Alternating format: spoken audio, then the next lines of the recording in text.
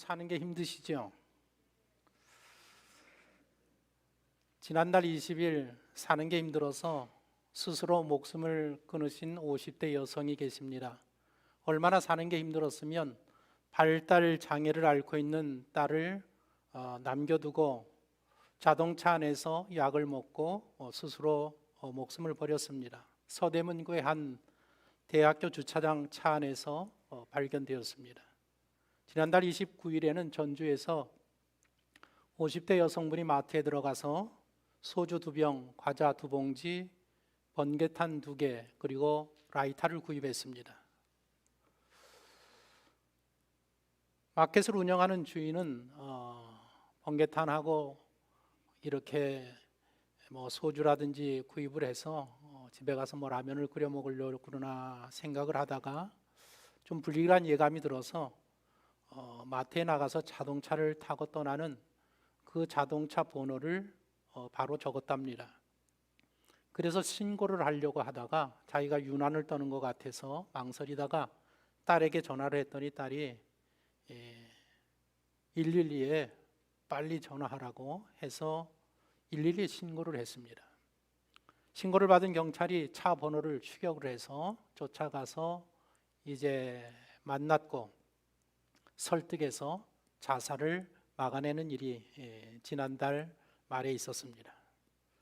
지난주에는 대기업에 다니는 한 50대 된 여성분을 만나서 이야기할 시간이 있었는데 이런저런 이야기를 하면서 사는 게 얼마나 피곤한지 이렇게 이야기하시더라고요.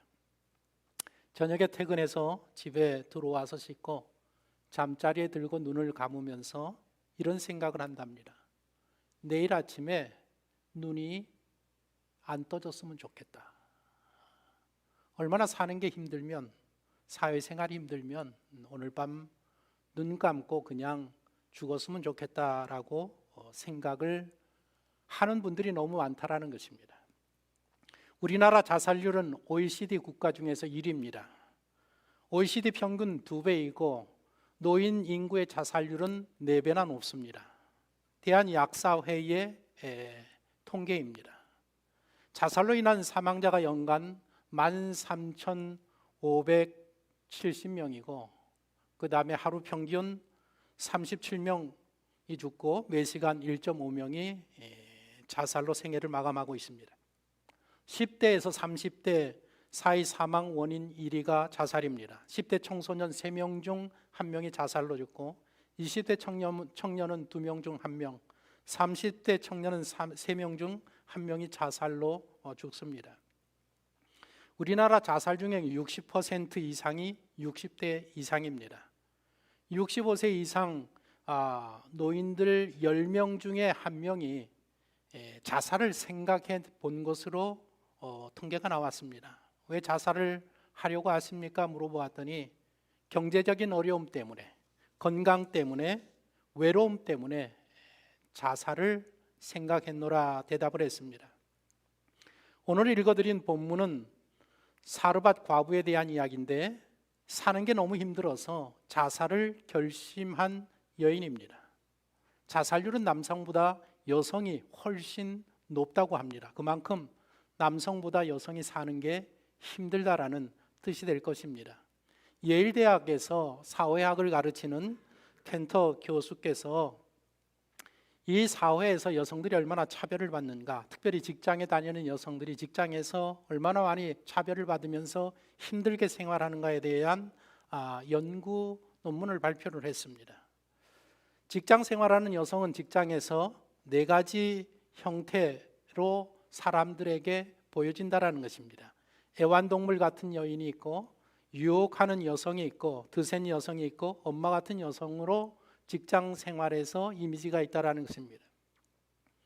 애완동물이라는 것은 직장 내에서 그냥 일을 하지만 모든 사람들에게 귀엽고 다정하게 보이는 여성스러운 애완동물 취급받는 그런 여인을 말하고, 유혹하는 여성은 남성이나 여성 모든 직장인들에게 경계의 대상이 되는 그런 부류를 말하고, 드센 여성은 늘 남자 취급을 받는 억센 그런 여자로 취급을 받고, 엄마 같은 여성은 꽉 막힌 원칙주의자 같은 모습을 가진 직장인을 의미한다고 합니다. 전 세계 여성의 40%, 그러니까 15억 명이 양성평등이 제대로 지켜지지 않는 나라에서 살고 있습니다. 전 세계 여성 인구의 16%가 가난한 생활을 벗어나지 못하고 있습니다. 여성들이 겪는 경제적인 어려움은 직장에서의 차별, 그리고 이혼, 10대 임신이 원인이라고 합니다. 정식으로 결혼하지 못한 미혼모들의 60% 이상이 빈곤에 허덕이는 삶을 살고 있습니다. 하지만 세상이 점점 바뀌고 있습니다.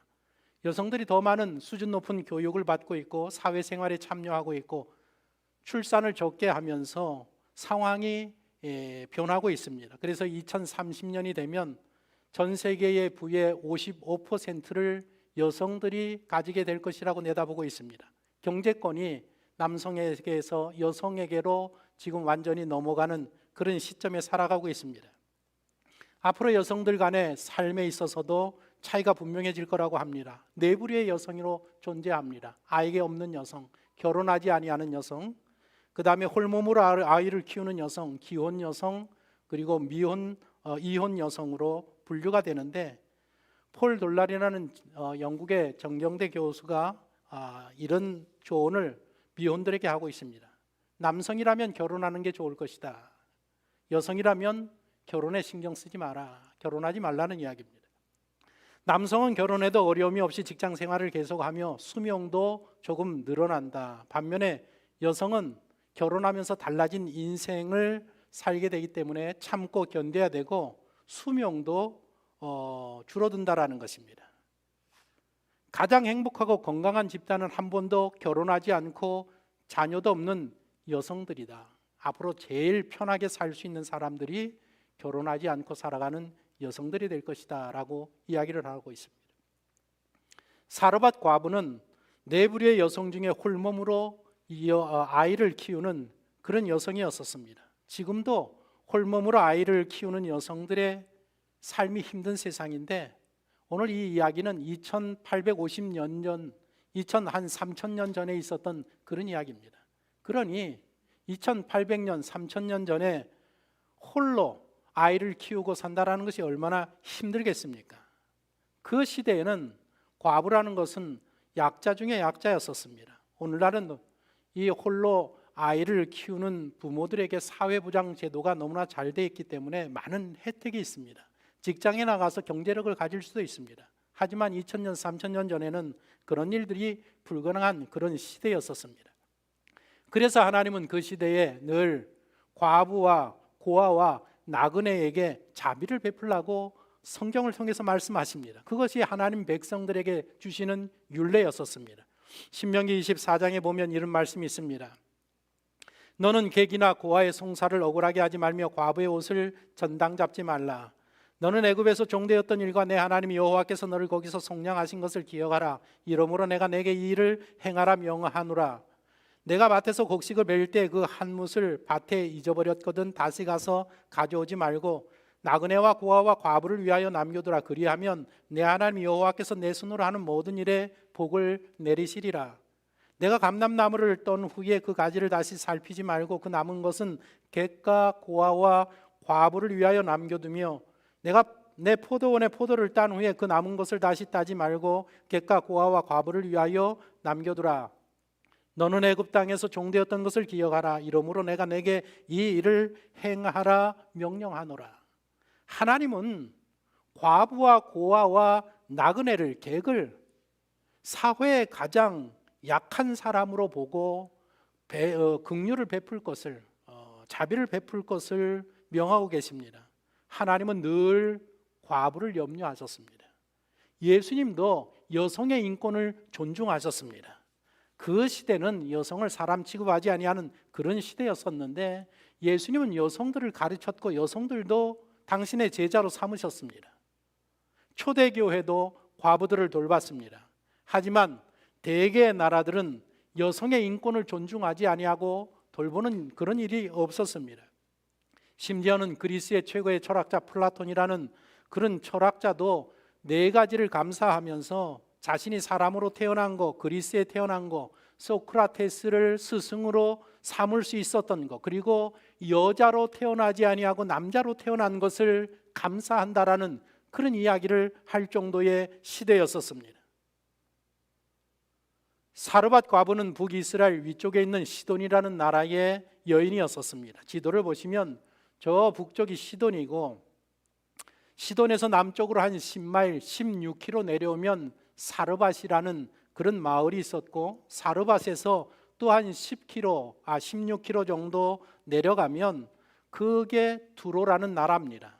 저 두로라는 나라는 바알 종교의 본거지입니다. 그래서 성경에 보면 늘 두로와 시돈이라고 표현하고 있는데, 두로와 시돈이라는 나라는 모든 나라들 중에서 바알을 섬기는, 바알을 국교로 삼는 그런 나라였었습니다. 이렇게 오늘 이 이야기의 주인공은 시돈이라는 나라의 시골 마을 사르밧에서 홀몸으로 아이를 키우며 살아가는 과부였었습니다. 오늘 이 이야기는 북이스라엘 아합 왕 시대에 있었던 이야기입니다. 북이스라엘 역사 가운데에 가장 혼란스럽고 암울했던 시대가 아합 왕 시대입니다. 배도와 불의와 영적 타락과 도덕적 해이가 가장 심했던 시대였었습니다.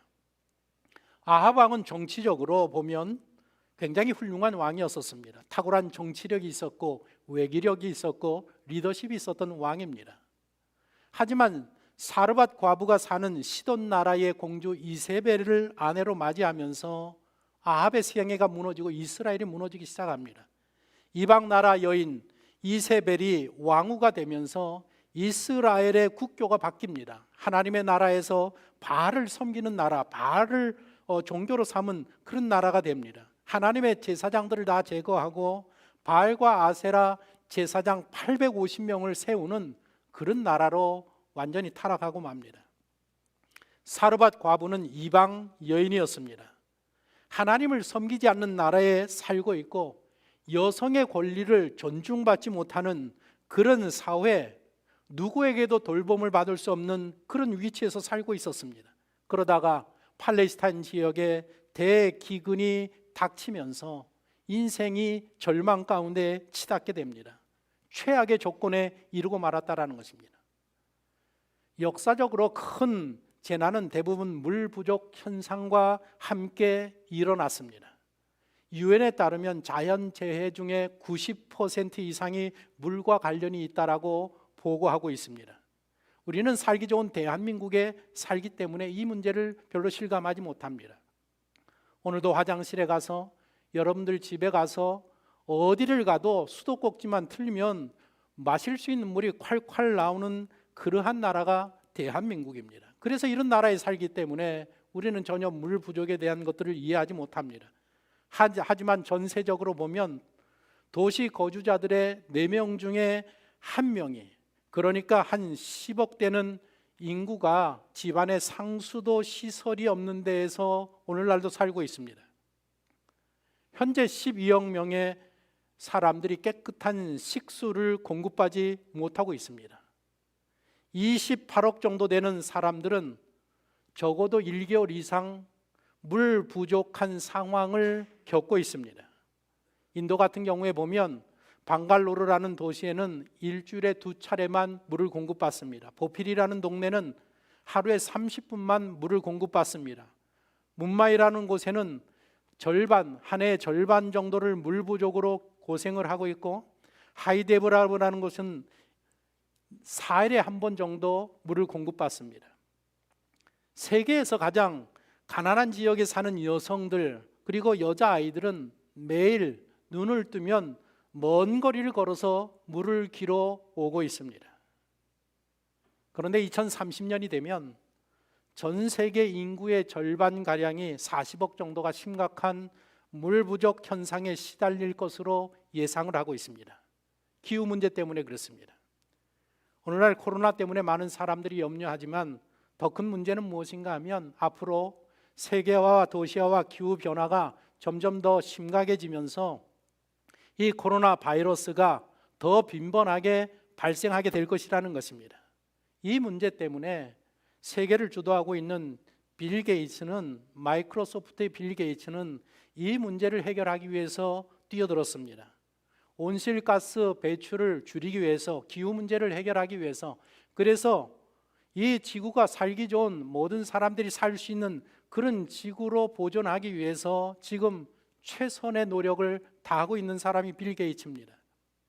반면에 일론 머스크, 테슬라 일론 머스크는 다른 생각을 가지고 있습니다. 어차피 지구에서는 살기 어려워질 것이다. 그래서 인류가 살 길은 화성으로 나서는 길밖에 없다고 해서 화성의 개척을 계속해서 지금 주도하고 있습니다. 두 사람이 미래를 바라보면서 해결하는 방법이, 한 사람은 지구를 살려야 된다는 생각이고, 한 사람은 지구에게는 희망이 없으니 화성에 가서 인류가 살 수 있는 그러한 곳을 만들어야 된다는 생각을 가지고 지금 열심히 달려가고 있습니다. 재난이 닥치면 경제적으로 양극화가 심해지면서 과부와 같은 사회적인 약자가 정말 위기에 직면하게 됩니다. 오늘날도 그런데 아합 시대에 3000년 전에는, 2008년 전 3000년 전에는 얼마나 힘들었겠습니까?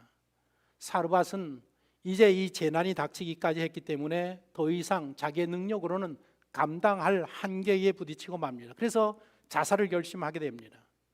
자살하는 사람들은 순간의 감정으로 자살하지 않습니다. 오래 생각하고 계획하고 준비하고 실행에 옮깁니다.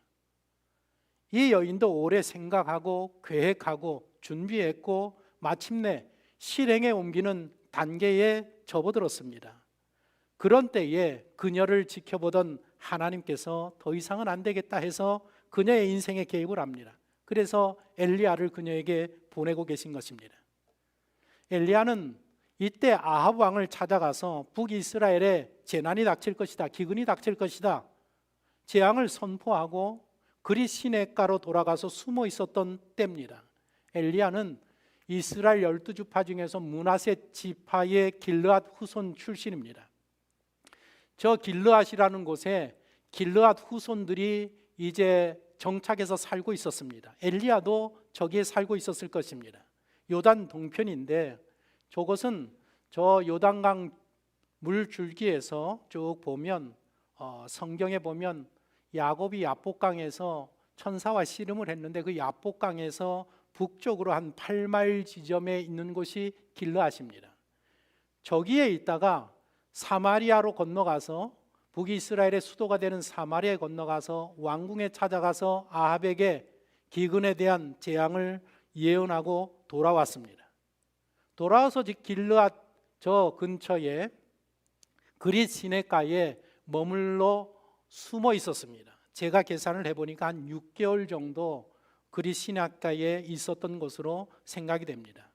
그때 하나님께서 사르밧 과부에게 엘리야를 저곳에서 시돈으로 보냅니다.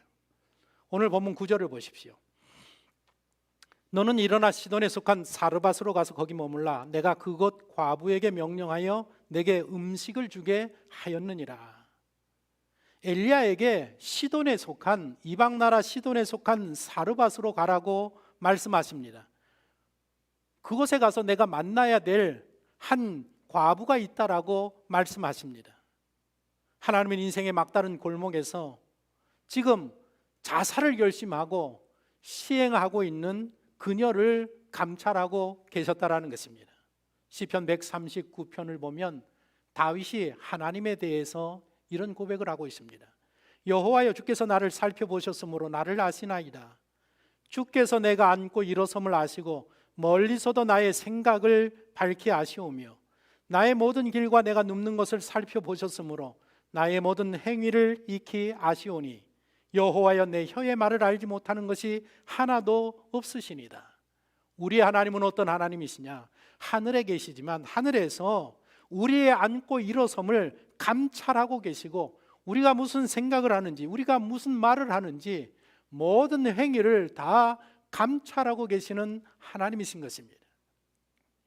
하나님은 하늘에 계시면서 이 과부의 생각을 보고 계셨고 그녀의 계획을 알고 계셨고 그가 지금 무슨 생각을 하고 어떻게 할 것인가를 이미 다 보고 계셨다라는 것입니다.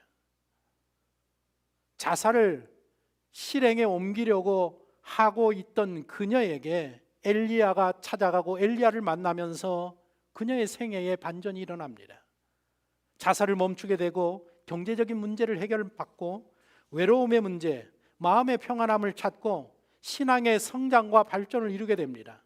어린 아들은 인생의 좋은 멘토를 만나게 되고 하나님에 대한 분명한 신앙을 갖게 되는 계기가 됩니다. 모든 문제들이 해결되고 모든 것이 좋아지는 결과를 낳게 된다는 것입니다. 여기서 우리가 눈여겨볼 점은 엘리야가 그녀를 찾아왔다라는 점입니다. 하나님께서 그녀에게 엘리야를 보냈고 그녀는 자신에게 찾아온 엘리야를 영접했습니다. 그가 전하는 하나님의 말씀을 믿고 순종했습니다. 그래서 이 여인이 구약에 오늘 우리들이 그녀의 그 삶과 행동, 어떻게 삶이 변했는지를 오늘 이 시간 우리가 함께 듣고 있는 것입니다. 예수님께서 십자가를 지시기 전에 마지막으로 베다니에 들리십니다. 그 베다니에는 마리아의 형제들 뿐만 아니라 예수님에게 고침받은 나병 환자 시몬이 살고 있었습니다. 예수님이 오시니까 시몬이 예수님을 위해서 융숭한 대접, 잔치를 벌입니다. 그때에 성경 마태복음 26장에 보면 한 여인이 귀한 향유 옥합을 가지고 가서 예수님의 머리에 붓는 그런 일을 합니다. 제자들이 귀한 것을 허비했다라고 분개할 때에 예수님이 뭐라고 말씀하시는가 하면 이렇게 말씀하십니다. 내가 진실로 너희에게 이르노니 온 천하에 어디서든지 이 복음이 전파되는 곳에서는 이 여자가 행한 일도 말하여 그를 기억하리라. 앞으로 복음이 전해지는 곳마다 이 여인이 내게 한 행위가 모든 사람들에게 들려질 것이다 라고 이야기를 했습니다. 신약에 그 여인이 있었다고 하면 구약에 그 여인이 누군가 하면 바로 사르밧 과부였었다라는 것입니다. 예수님께서 첫 번째 유월절을 맞이하여서 예수님의 생애를 우리가 알려고 하면 늘 유월절 중심으로 생각하라고 제가 말씀을 드렸습니다. 첫 번째 유월절을 맞이해서 예루살렘에 내려가셔서 성전 청절 사건을 일으키시고 6개월을 예루살렘에 거하시면서 많은 기적들을 일으키십니다. 그리고 6개월 만에 다시 나사렛 고향 자기 집으로 돌아오십니다. 그리고 안식일을 맞이하여서 나사렛 회당에 가셔서 이사야서 61장을 펼치고 메시아가 이 땅에 오실 내용의 말씀을 읽은 후에 책을 덮고 뭐라고 말씀하시는가 하면 이 이사야의 예언이 오늘 이루어졌다 하시면서 내가 바로 성경에서 예언하는 바로 메시아 구세주 하나님의 아들이다 라고 이야기를 했습니다. 그랬을 때 나사렛 사람들의 반응이 대단히 차가웠습니다. 뭐라고 이야기하는가 하면 이 사람이 목수 요셉의 아들이 아니냐, 목수 요셉의 아들이라는 것은 굉장히 무시하는 그런 발언입니다. 그리고 그의 형제 야고보, 요셉, 유다, 시몬, 그리고 그 누이들이 우리와 함께 살고 있지 아니하느냐. 그런데 이 예수가 어릴 때부터 보았던 이 예수가 전하는 이 능력의 말이 도대체 무엇이냐, 저가 행하는 저 능력의 기적들은 도대체 어떻게 된 것이냐, 그렇게 이야기하면서 예수님을 무시하고 배척하면서 믿지 않았습니다. 그러자 예수님께서 오늘 이 사르밧 과부에 대한 이야기를 나사렛 회당에서 들려주십니다. 엘리야 시대에 3년 6개월 동안 흉년이 있었다. 그때 이스라엘에 많은 과부들이 있었느니라. 그러나 엘리야는 그녀들에게 보내심을 받지 아니하고 오직 시돈 땅의 사르밧의 과부에게만 보내졌느니라. 그의 제자 엘리사 시대에는 어떠했느냐? 이스라엘에 많은 나병 환자들이 있었어도 엘리사에게 고침을 받은 사람은 수리아의 나아만 장군 한 사람뿐이었느니라. 예수님은 나사렛 고향에서 당신을 믿지 않는 사람들을 향해서 사르밧 과부에 대한 오늘 이 본문에 대한 이야기를 말씀하셨습니다. 너희는 나를 믿지 아니하느니라. 그 시대에 아합 시대에 하나님의 백성들도 하나님을 믿지 아니하였느니라. 그러나 사르밧 과부는 하나님을 믿었느니라. 그래서 하나님을 믿은 그 여인이 하나님의 은혜를 입었느니라, 이 말씀을 하십니다. 그러니까 예수님께서 나사렛 회당에서 이 말씀을 인용하면서 지적하신 부분이 무엇인가 하면 믿음이라는 부분을 말씀하시고 지적하신 것입니다. 이 여인에게는 믿음이 있었다라는 것입니다. 엘리야가 하나님의 명을 받아서 사르밧 마을 입구에 왔을 때 이 여인을 만나게 됩니다. 이 여인을 만나게 돼서 내게 물과 떡을 좀 주십시오라고 요청을 했을 때에 뭐라고 대답을 하는가 하면 12절에 이렇게 대답을 합니다. 당신의 하나님 여호와께서 살아계심을 두고 맹세하노니, 당신의 하나님 여호와께서 살아계심을 두고 내가 맹세하지만 내게는 먹을 것이 없습니다라고 대답을 합니다. 여기 이 구절을 보면 당신의 하나님 여호와께서 살아계심을 두고 맹세하노니, 이 구절을 보면 이방 여인임에도 불구하고 하나님에 대한 믿음이 있었던 것이 아닌가라고 우리가 생각이 든단 말입니다. 그러니까 겨자씨만한 믿음, 어떻게 하나님에 대해서 알지는 모르지만 이 여인에게는 겨자씨만한 믿음이라도 있었던 것이 아닌가라고 생각이 들고 있습니다. 그리고 두 번째에, 나는 이제 음식이 없습니다. 먹고 마지막으로 음식을 만들어서 장만하고 나는 우리 아들과 죽으려고 합니다라고 고백했을 때에 엘리야가 뭐라고 이야기하는가 하면 이렇게 이야기합니다. 두려워하지 말아라. 두려워하지 말아라. 내가 이르는 대로 가서 그대로 행하라. 하나님께서 비가 지면에 내리는 날까지 너가 가지고 있는 밀가루와 기름이 떨어지지 아니하리라고 말씀하셨느니라. 하나님이 말씀하셨느니라. 그러니 두려워하지 말고 가서 내가 이르는 대로 해라. 그렇게 말을 전했을 때에 이 사르밧 과부가 엘리야의 말을 믿었습니다. 돌아가서 엘리야의 말대로 순종을 했다라는 것입니다. 그러니까 그녀에게는 하나님의 말씀을 믿는 믿음이 있었다라는 것입니다. 세 번째 보십시오. 아들이 죽었습니다. 같이 살다가 제가 보니까 한 3년 동안 엘리야를 모시고 아들과 함께 세 사람이 같은 집에 살았습니다. 잘 행복하게 살다가 어느 날 아들이 죽었습니다. 아들이 죽었을 때에 그 아들의 죽음 앞에서 이 어머니가 대성통곡합니다. 왜 그러지 아니하겠습니까? 아들인데, 그것도 하나밖에 없는 아들인데 아들이 먼저 죽었으니까 얼마나 슬픔과 애통함이 있겠습니까? 엘리야 앞에서 무릎을 꿇고 대성통곡을 하면서 하는 이야기가 뭔가 하면 놀랍게도 아들의 죽음 앞에서 자기의 죄를 고백하고 있다는 거예요. 나는 죄인입니다.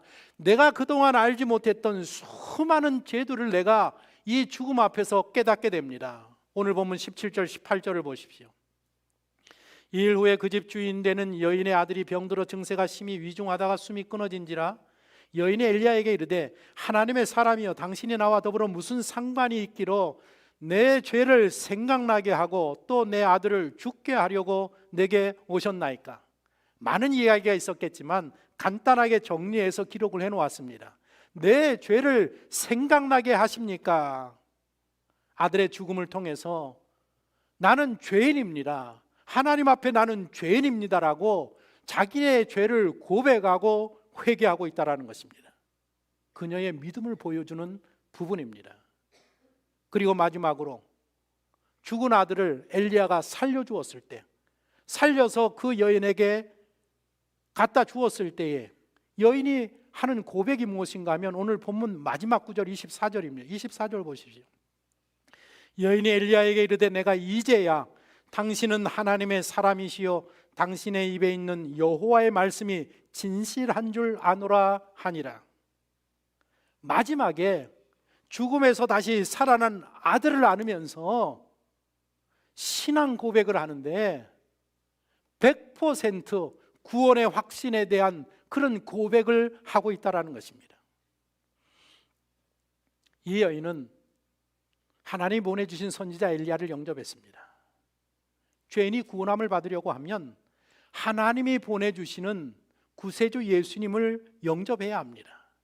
그리고 자신이 죄인임을 인정하고 고백하고 회개하는 과정이 있어야 됩니다. 그렇게 자기의 죄를 고백하고 회개하고 거듭나면 그 다음부터는 하나님의 말씀을 통해서 신앙이 점점 성장하는 그런 은혜의 역사가 이루어져야 하는 것입니다. 구원은 그렇게 이루어져 가는 것입니다. 이 사르밧 과부에게서는 그녀에게 구원이 임하는 모든 과정을 우리들에게 보여주고 있습니다. 그런 과정들을 통해서 그녀가 당면한 경제적인 문제, 정신적인 문제, 영적인 모든 문제를 해결하고 더 좋아지는 삶으로 나아가고 있다는 것입니다. 그리고 이 이야기에서 한 가지 더 꼭 짚어야 될 부분이 무엇인가 하면 가장 큰 은혜를 누린 자가 누군가 하면 바로 이 어린 아들이라는 것입니다. 아마도 엘리야를 만나지 못했다고 하면 이 아들은 어머니를 따라서 죽었을 것입니다. 그러나 엘리야가 오면서 그 죽음을 면했고, 그리고 그 후에 병들어서 죽었지만 하나님의 선지자 엘리야를 통해서 죽음을 딛고 다시 일어나서 새로운 인생을 사는 아들이 되었습니다. 죽었다가 살아난 그런 놀라운 경험을 이 아들이 한다는 것입니다. 제가 미국에서 부교역자 할 때의 일인데, 제가 모시던 담임 목사님이 어느 날 저에게 제가 어떻게 목사가 되셨습니까? 라고 물어보았더니 그 목사님이 다른 사람들에게는 이야기하지 않았던 그런 이야기인데 저에게 어떻게 목사가 되었다라고 과정을 저에게 이야기를 해주셨습니다. 시골에 살았습니다. 시골도 아주 시골에 살아서 그 시골에서 어머니와 함께 살았는데 교회도 몰랐고 하나님도 모르는 그런 강촌에서 어머니와 함께 살았습니다. 그런데 이 목사님이 아마도 사르밧 과부의 아들 정도 되는 어린 나이에 잘 뛰놀다가 건강하다가 어느 날 갑자기 시름시름 앓다가 죽었다라는 것입니다. 그냥 죽었습니다. 어머니가 얼마나 그 아들을 잃었으니까 안타깝겠습니까? 아들을 장례를 치러야 되니까 그 집 운목에다가 죽은 아들을 이어놓고 흰 이불로 덮어두었다라는 것입니다. 보통 우리가 지금도 그렇지만 옛날 유교적인 사상이라든지 모든 사람들의 사상은 뭔가 하면 사람의 영혼은 죽어도 사흘은 그 영혼이 떠나지 않고 주변에 머물러 있다라는 생각들을 다 가지고 있지 않습니까? 그래서 이제 사흘 동안 이불을 덮어놓고 장례치를 이제 준비를 하고 있었습니다. 그래서 이제 사흘이 돼서 3일째가 되어서 갔다가 묻으려고 하는 순간에 이불이 막 움직이면서, 그래서 이불을 들쳤더니 죽었던 아이가 사흘 만에 살아났단 말입니다. 그 목사님한테 제가 직접 들은 간증입니다. 그런데 이 목사님이 죽은 사흘 동안에 하늘나라를 갔다 왔습니다. 그래서 당신은 천국도 보았고 지옥도 보았고 예수님도 만났다라는 것입니다.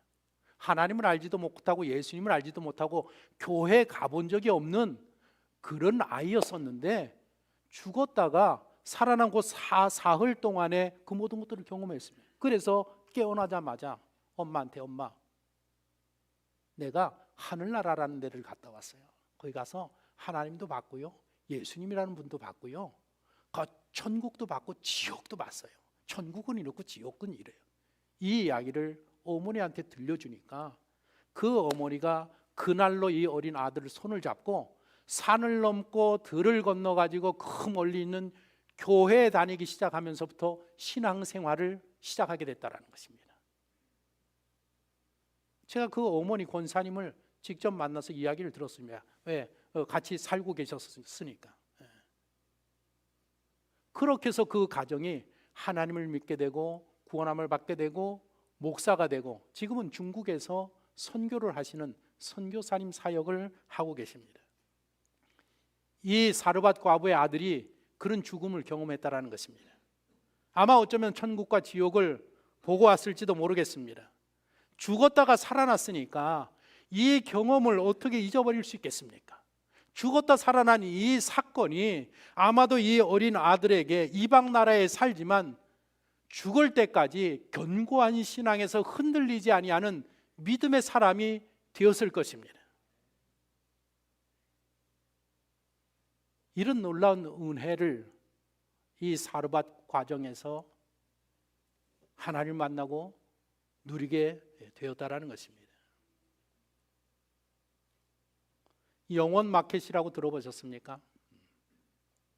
영등포 구민이 원하는 마켓이라 그래서 영원 마켓이고, 영원으로 물품을 무료 공급받을 수 있다고 해서 이름을 영원 마켓이라고 지었다고 합니다. 영등포구가 코로나19로 생계 위협에 처한 구민들이 언제라도 와서 생필품을 가져갈 수 있도록 3만 원 상당의 생필품을 누구라도 가져갈 수 있도록 세 곳을 세웠습니다. 당산동, 신길 1동, 신길 6동에 영원 마켓이 있습니다. 저기 가면 보시다시피 쌀, 라면, 휴지, 샴푸, 비누, 의류, 좌파 모든 것들이 다 구비되어 있습니다. 영등포 구민이면 누구라도 가서 3만 원어치를 가져올 수 있습니다. 영등포는 참 좋은 구입니다. 용산구는 왜 저런 거 안 하는지 모르겠습니다. 3만 원어치 상당을 가지고 올 수 있는데, 주로 사람들을 보니까 무엇을 가져오는가 하면 쌀을 가져간다라는, 쌀. 다른 것이 아니라 쌀을 가져간다라는. 그건 뭔가 하면 코로나로 인해서 갑작스럽게 실직을 당하고 폐업을 하면서 쌀을 살 돈조차도 없는 구민들이 너무 많다라는 것입니다. 그래서 쌀을 가져간다라는 것입니다. 요즘 경제적인 어려움과 기타 이유로 절망하고 계신 분들이 많이 계시고, 아마 어쩌면 자살을 생각하고 계시는 분들도 계실지 모르겠습니다. 최근 기독교 단체에서 우리나라 크리스찬 청년들에 대한, 한국 사회에 대한 인식을 조사했습니다. 우리 크리스찬 청년들이 지금 저 3층과 새 가족실에서 예배를 드리는 청년들의 의식조사를 결과해 봤더니 어떻게 나왔는가 하면, 첫 번째 일자리 문제, 경제적인 양극화 문제, 부동산 문제로 우리 사회에 대해서 대단히 비관적인 인식을 가지고 있다라는 것입니다. 우리 교회 청년들이 어떤 인식을 가지고 있느냐? 우리 사회는 돈이 최고의 가치가 된 사회다. 92%가 그렇게 생각을 하고 있습니다.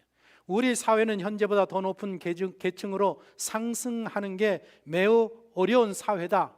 86.4%가 그렇게 생각하고, 우리 사회는 공정한 경쟁이 이루어지지 않는 사회라고 인식을 하고 있습니다.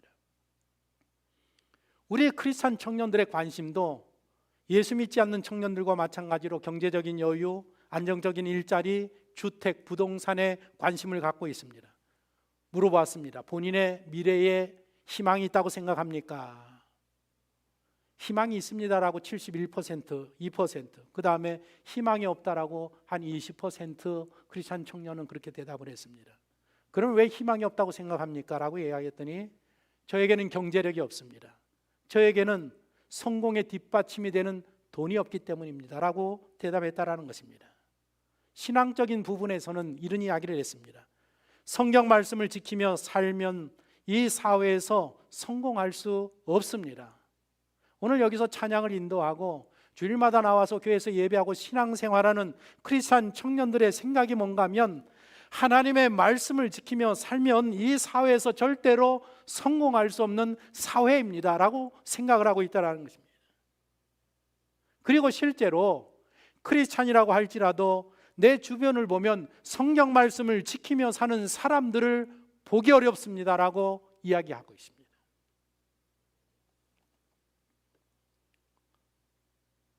어른들도 마찬가지지만 오늘 크리스찬 청년들도 이 사회에서 절망하고 있습니다. 사는 게 너무 힘들다고 이야기하고 있습니다. 테슬라의 창업자 일론 머스크가 새 직원을 뽑을 때에 꼭 면접에서 이 질문을 한다고 합니다. 당신이 감당했던 가장 어려웠던 문제와 그 문제를 어떻게 해결했는지 말해 보십시오.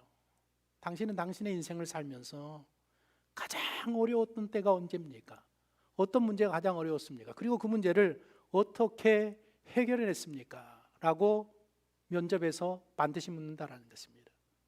이 질문을 통해서 그 사람을 평가하고 그 사람을 쓰느냐 마느냐를 결정하는 것입니다.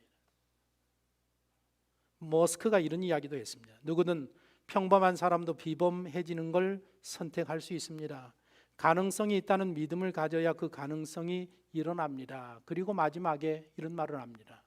같이 한번 읽어볼까요? 마지막에요. 시작. 아침에 일어나고 싶은, 살고 싶은 이유가 있어야 합니다.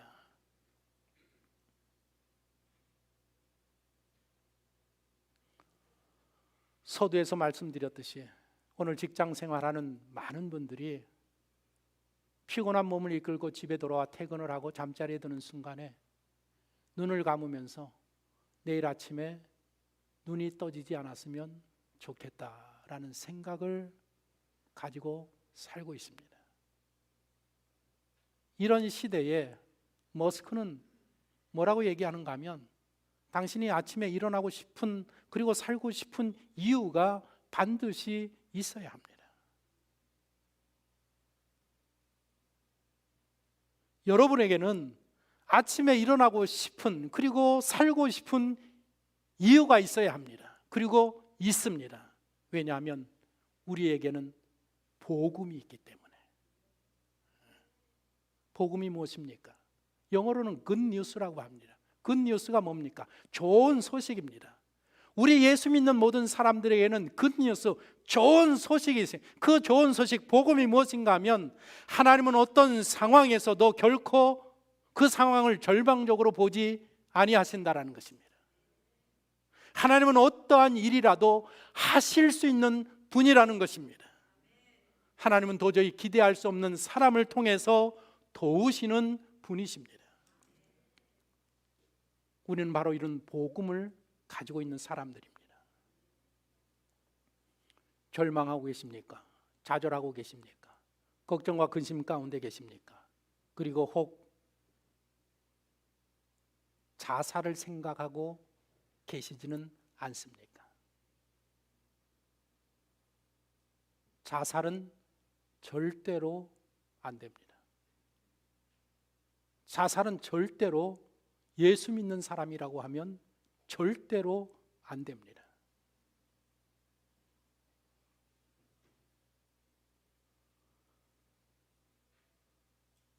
이 어려움을 하나님을 바라보고 주님이 베풀어 주시는 은혜로 이겨내면서 훗날에 내가 2021년 정말 어려운 한 해였었지만 그 어려운 한 해에 하나님이 나를 도우시고 하나님이 내게 은혜를 베풀어 주시고 하나님이 내 손을 붙들어 주심으로 나는 그 어려움을 극복하고 이겨내고 오늘에 이르렀다라는 그 고백을 여러분들의 자녀들에게, 여러분들의 이웃에게, 여러분들 친구들에게 하실 수 있는 예수 그리스도를 믿는 성도가 되시기를 그리스도의 이름으로 축복합니다.